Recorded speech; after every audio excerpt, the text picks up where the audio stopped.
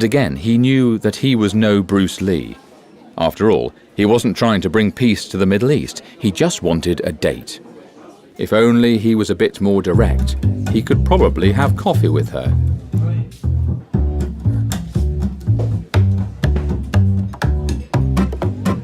Bonjour, mademoiselle.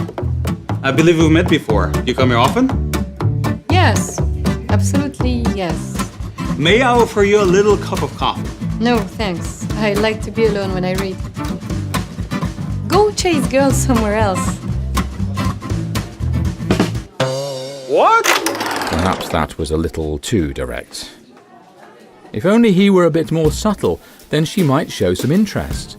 Mademoiselle?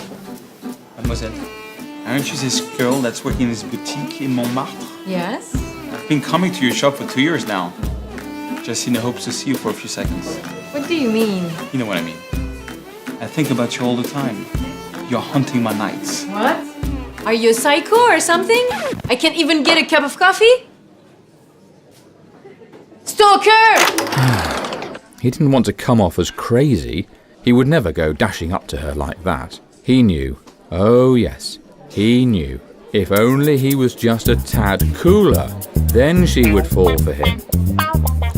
Mademoiselle, may I ask you a question? Yeah, you just did, but perhaps you would like to ask another one. No, it's just I was wondering if that novel was any good. It's amazing! I cannot read 5 minutes without being interrupted. That wouldn't do. He needed to take his destiny in his own hands, to do something, anything. If only he was bolder, then she'd really see him. Will you marry? And that was a bit too bold. In any case, there was something Jean-Paul knew above all others. Love was hopeless. A girl like her would never fall for a guy like him. He didn't stand a chance. George, I got around. See you, man. It was great seeing you again. Good to see you too. And perhaps it was better to be alone rather than rejected. So Jean-Paul left, as he always did, in deep melancholy. But this time, not only was he mournful, but he'd forgotten his book. I'm so sorry about that. My mistake. I was just gonna go get... Your book? Yes. Thanks so much. Are you a photographer? Yes, I am. I have a little experience. Little? Well, I glanced at some of your photos and I love your stuff. It's totally my style. Thanks.